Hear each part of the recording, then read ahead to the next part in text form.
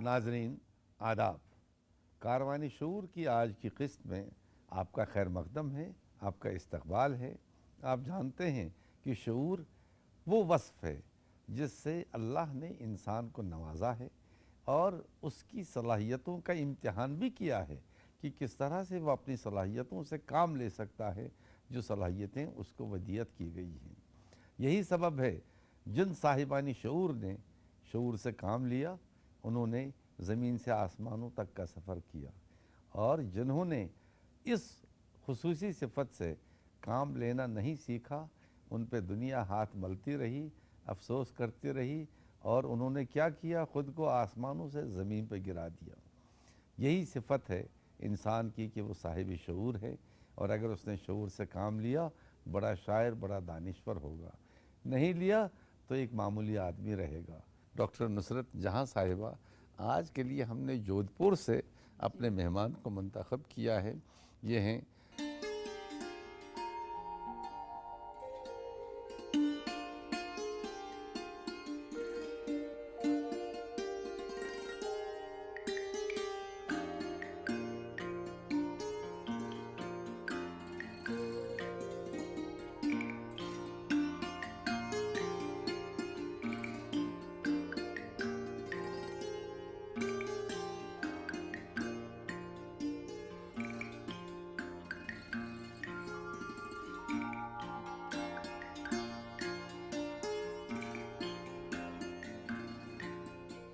शीन काफ निज़ाम साहब, आपका खैर मकदम है हमारे इस कारवान शऊर की महफ़िल में।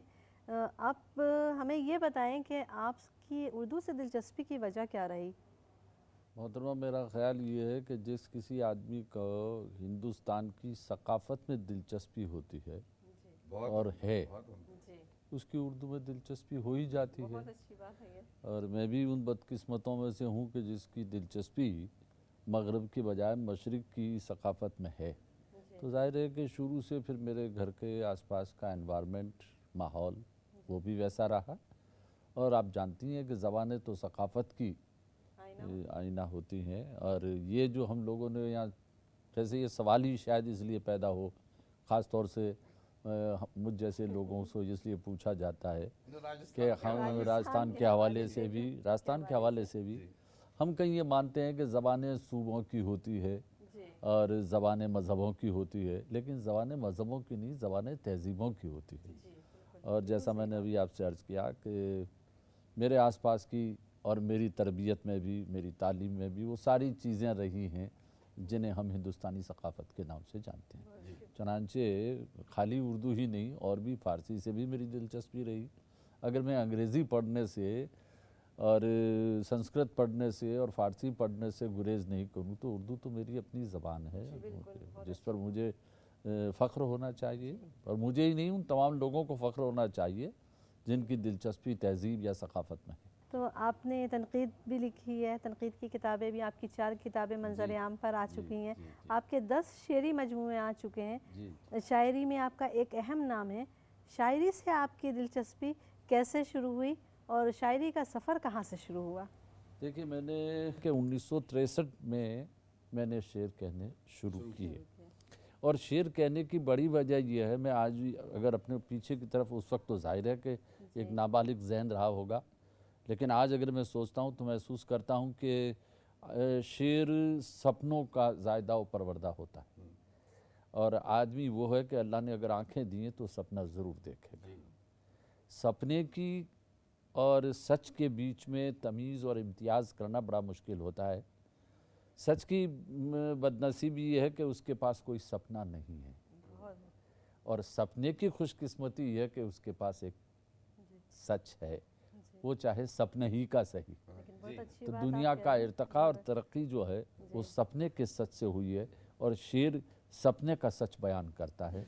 और शायद यही वजह है कि हमारे समाज में और सकाफ़त में, और ख़ास तौर से शायरी और अदब के दरमियान जो एक सर्द जंग मौजूद है, उसका सबब शायद यही है कि शायर सपने देखता है और समाज सपने नहीं देखता, वो सच देखता है, और सच भी ऐसे जो कि यूटिलिटेरियन समाज के हों।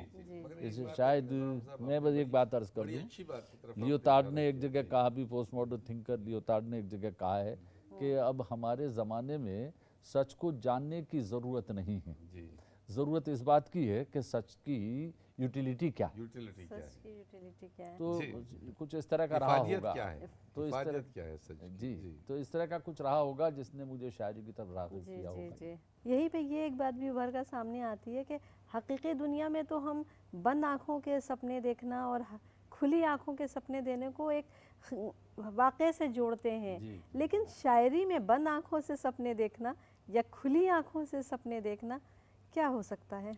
इकबाल ने फरमाया था ना कि है दीद का जो शौक़ तो आँखों को बंद कर, है देखना यही कि न देखा करे कोई।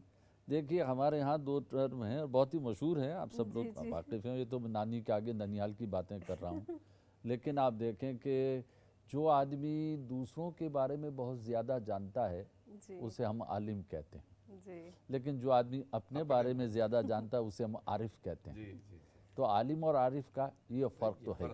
फिर हमारे मिर्ज़ा गालिब तो कह ही गए हैं कि अपनी हस्ती ही से हो जो कुछ हो, आगे ही गर नहीं गफलती सही। और यही शेरियात की बुनियाद में मैं समझता हूँ कि मगरिब में जहाँ इमिटेशन को बहुत अहम माना गया, जी जी, हमारे यहाँ मेडिटेशन को अहम माना बहुत गया। अच्छी बात, बहुत अच्छी बात। तो मशरिक़ और मगरिब के दरमियान ये शेरियात का फ़र्क है, और ये तहज़ीब और सकाफ़त का भी। अफलातून ने तो इसी बिना पर शायरी की मैं मुखालफत भी की थी। मैं वही अर्ज़ कर रहा कि वो इमिटेशन मान रहे हैं, हम इमिटेशन नहीं मानते। और इस बर्रे सग़ीर में तो मेडिटेशन को शायरी माना गया, इसलिए फ़कीरों, संतों, साधुओं से शायरी का बड़ा ताल्लुक़ रहा। W.B. येट्स तो अब कह रहे थे बहुत हज़ारों वर्षों बाद कि ज़माना वो आ गया है कि अब शायर होने की बजाय आदमी को साधु हो जाना चाहिए, फ़कीर हो जाना चाहिए। लेकिन हमारे यहाँ तो पहले से ही जब बड़े शायर जितने बड़े शायर गुजरे हैं उनका ताल्लुक़ रूहानी चीज़ों से रहा है। आप शायरी में आपने शर्फ़ तलम्मुस किससे हासिल किया? देखिए मैं जिस जगह रहा और जिस जगह मैं हूँ और जो मेरा मिजाज है, ये सब मिला जुला अगर मिला लिया जाए तो मैं एक तरह से ये कह दूँ कि मैं ना उस्ताद का आदमी हूँ, बिना उस्ताद का बेउस्तादा हूँ। लेकिन ज़बान और बयान के मामले में मैंने बहुत से लोगों से मशवरा किया। उसमें सबसे पहले मैं मौलाना माहिरुल कादरी का नाम लूँ, माहिरुल कादरी, फिर जोश मलसियानी हैं, अब्र हसनी गन्नौरी हैं, और जो भी दोस्त मिलता है आज भी I am very open for correction. बाकायदा उस्ताद नहीं रहे? जी नहीं, मैंने शायरी पे कोई मशवरा इसलिए कबूल नहीं किया, शायद ही कह सकता हूँ, इसे अना से ताबीर न किया जाए या कोई अपना उस तरह की चीज़ें खुददारी या खुद मुख्तारी वगैरह वगैरह से नहीं। मुझे लगा कि जो बात मैं कह रहा हूँ वो उस्ताद या कोई भी नहीं वो उसे बदल देगा। मैं एक इस्लाह से एक इस्लाह पर आपकी तवज्जो चाहूँगा, लेकिन ये जो असातिज़ा कराम की इस्लाहें हैं और जिन बुज़ुर्गों का नाम मैंने लिया, मौलाना माहिरुल कादरी से रशीद हसन खान साहब तक, रशीद हसन खान साहब से भी मैंने बहुत कुछ हासिल किया, कालिदास गुप्ता रिज़ा उनसे भी हासिल किया। मैं सिर्फ अब दबीर के तो माहिर बैठे यहाँ, लेकिन मैं एक दबीर ही के एक वाक़े से उनकी इस्लाह की, लेकिन इसका मैं कायल हूँ कि ऐसी बारीकी पैदा हो जानी चाहिए। मिर्ज़ा दबीर मरसिया डिक्टेट इमला करा रहे थे उसी से, तो शागिर्द बैठा लिख रहा था, तो उन्होंने बैत पढ़ी कि आप आते हैं औरत न कोई सामने आए। शागिर्द ने लिख लिया, फिर कहा कि इकबाल से कह दो कि, तो शागिर्द ने लिखा कि हाँ फतह से कह दो कि अना थामने आए। मिर्ज़ा दबीर की उस पर नज़र पड़ गई, तो मिर्ज़ा दबीर ने कहा कि ये क्या अहमकाना हरकत है भाई, इसे ठीक करो, मुझे इस्लाह न दो, इसे लिखो इकबाल से कह दो कि अना थामने आए।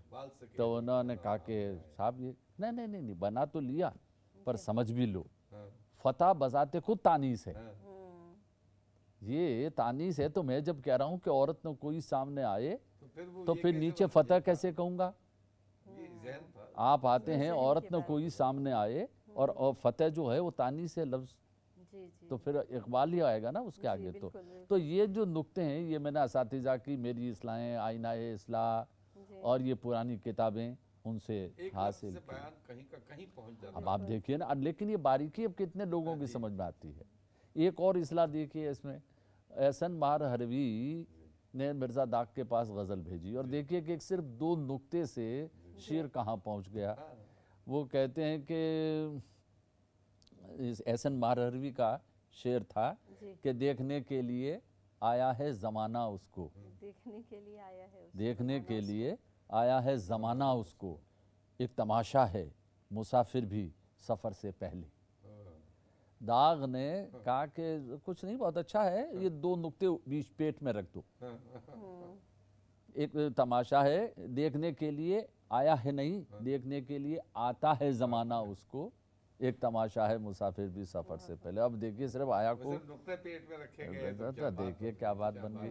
तो इन चीज़ों का मैं कायल तो हूँ, लेकिन ये इतनी बारीकी से देखने वाले शायद मेरे मुकद्दर में नहीं रहे, ये मेरी बदकिस्मती है।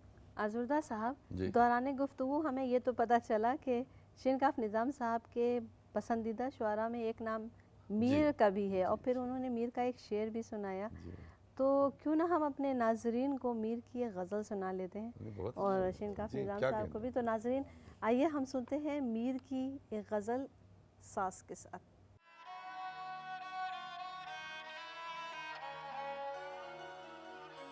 जिस सर को गुरु राज है या ताजोरी का, जिस सर को गुरु राज है या ताजोरी का, कल उस पे यही शोर है, कल उस पे यही शोर है, फिर नौहगरी का। जिस सर को गुरु राज है या ताजोरी का, जिस सर को गुरु राज है या ताजोरी का।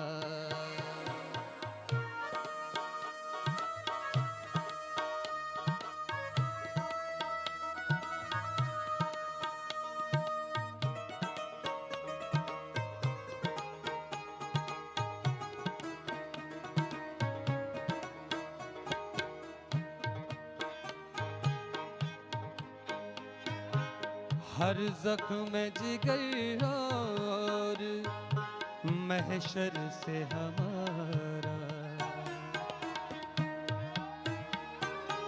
हर जख्म जिगर और महशर से हमारा, इंसाफ तलब है तेरी बेदादगरी का,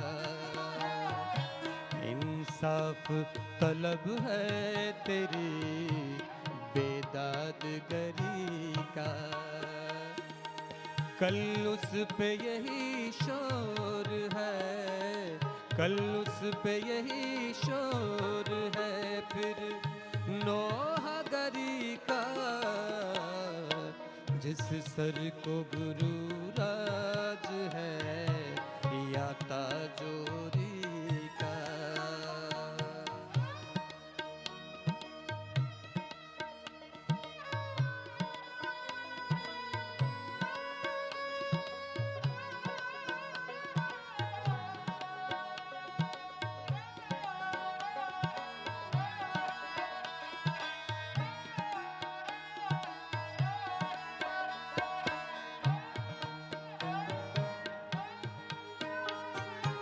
अपनी तो जहाँ आँख लड़ी फिर वहीं देखो,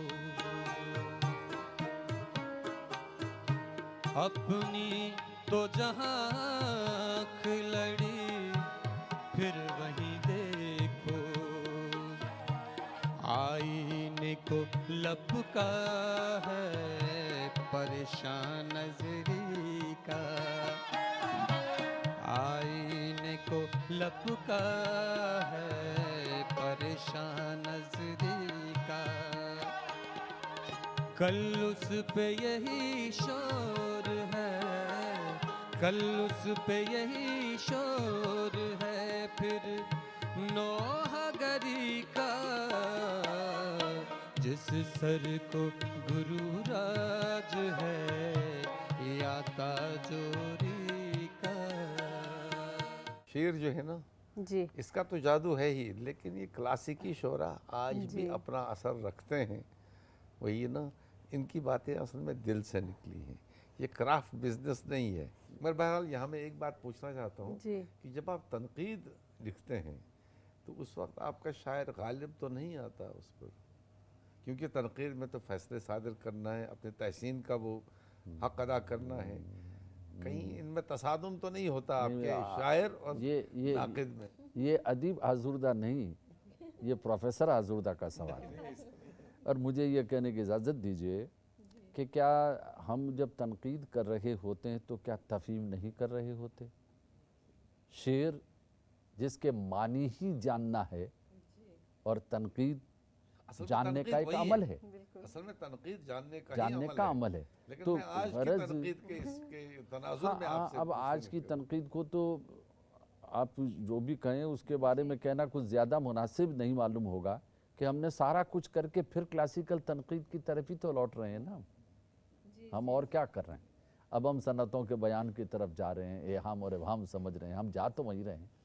तो मेरी गुजारिश ये है कि शायरी या तो शायरी है या शायरी नहीं है, उसमें दरमियान में इसमें कुछ होता ही नहीं, या तो शायरी है या शायरी नहीं है।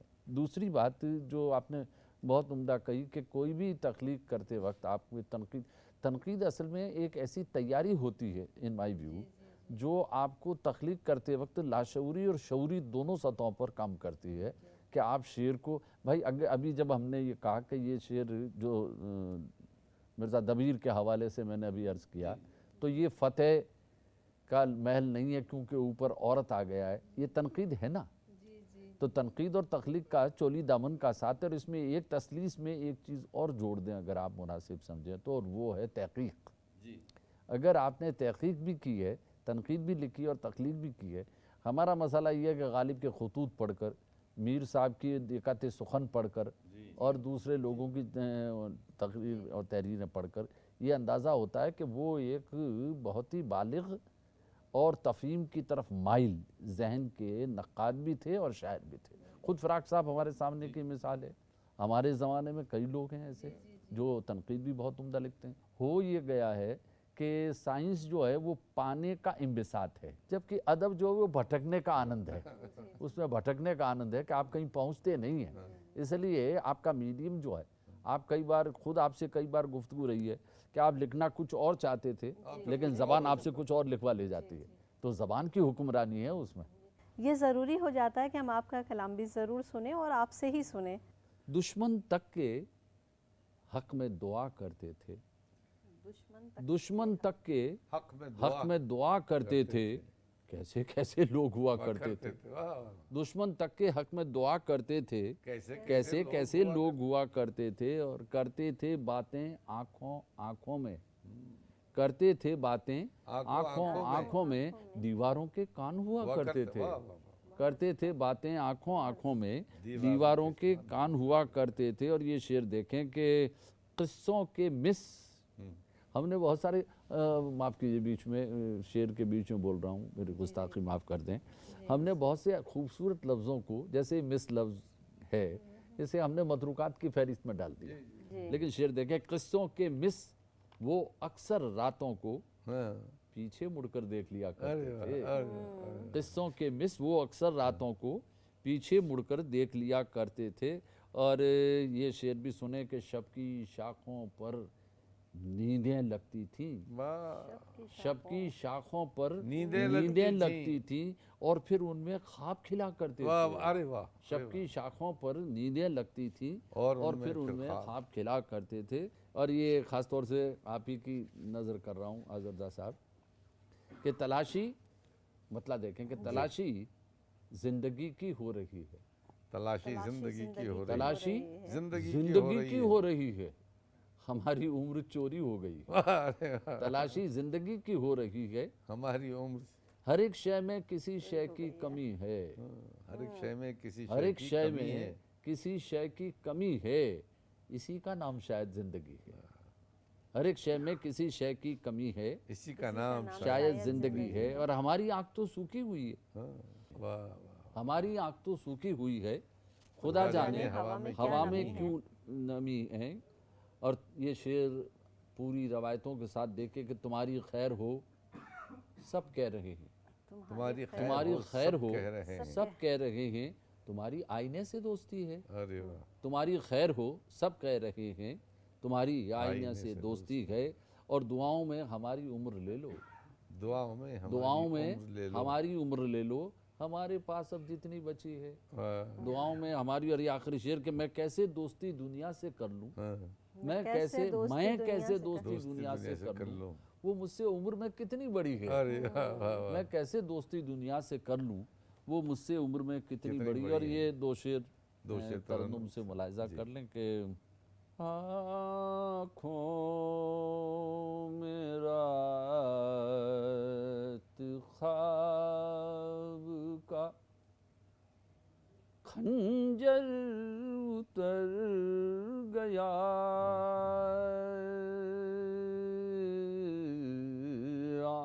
आँखों में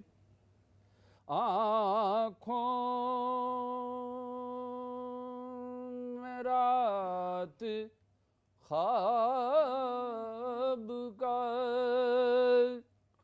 खंजर उतर गया, लेकिन सहर से पहले चराग सहर गया। शेर देखें कि कोई दुआ कभी तो हमारी कबूल कर, कोई दुआ कभी तो हमारी कबूल कर, वरना कहेंगे लोग दुआ से असर गया, वरना कहेंगे लोग। ये शेर भी देख लें कि आंसू मेरे तो मेरे ही दामन में आए थे, आंसू मेरे तो मेरे ही दामन में आए थे, ये आसमान कैसे सितारों से भर गया। बहुत खूब, बहुत खूब, बहुत बहुत शुक्रिया आपका कि आपने अपनी खूबसूरत आवाज़ में अपनी ये गज़ल सुनाई। नाजरीन, हमारे साथ हमारे आज के मेहमान शीनकाफ निज़ाम साहब, जिनसे आप उनकी खूबसूरत आवाज़ में उनकी खूबसूरत गज़ल सुन रहे थे। हम आपको उनकी एक और गज़ल सुनवाएंगे सास के साथ, लेकिन हम उनका शुक्रिया अदा करते हैं और आपसे इस बात के लिए कहते हैं कि आप हमारा इंतज़ार कीजिए। इस कारवाने शऊर में हम अपने नए मेहमान के साथ एक बार फिर आपके साथ होंगे, लेकिन तब तक के लिए हम आपसे इजाज़त लेते हैं। खुदा हाफिज़। खुदा हाफिज़। खुदा। एक दिन लौट कर मैं आऊँगा, कहता था वो। एक दिन लौट कर मैं आऊँगा, कहता था वो। मंजरों में आँख सा बस जाऊंगा, कहता था वो। एक दिन फिर लौट कर मैं आऊंगा, कहता था वो।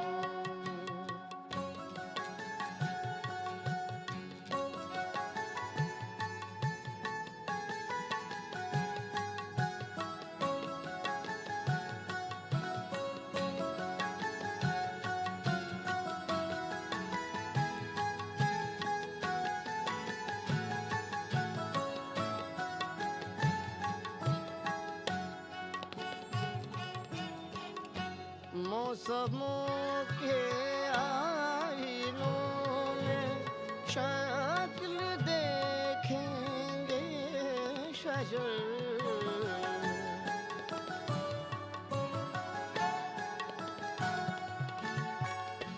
मौसमों के आईनों में शक्ल देखेंगे शजर। एक तिनका चोंच मेले आऊंगा कहता था वो। एक तिनका चोंच मेले आऊंगा कहता था वो। मंजरों में आँख सा बस जाऊंगा कहता था वो। एक दिन फिर लौट कर मैं आऊंगा कहता था वो।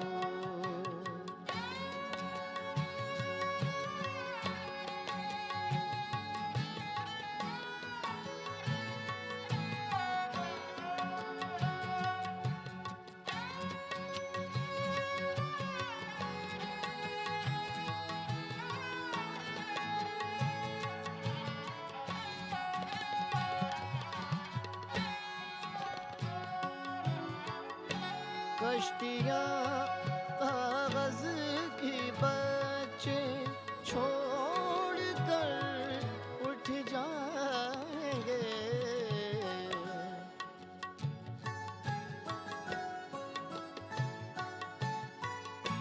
कश्तियाँ कागज की बच्चे छोड़ कर उठ जाएंगे।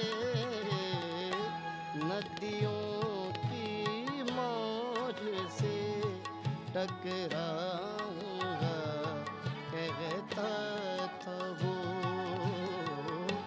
नदियों की मौज से टकराऊंगा कहता था वो। मंजरों में आँख सा बस जाऊंगा कहता था वो। एक दिन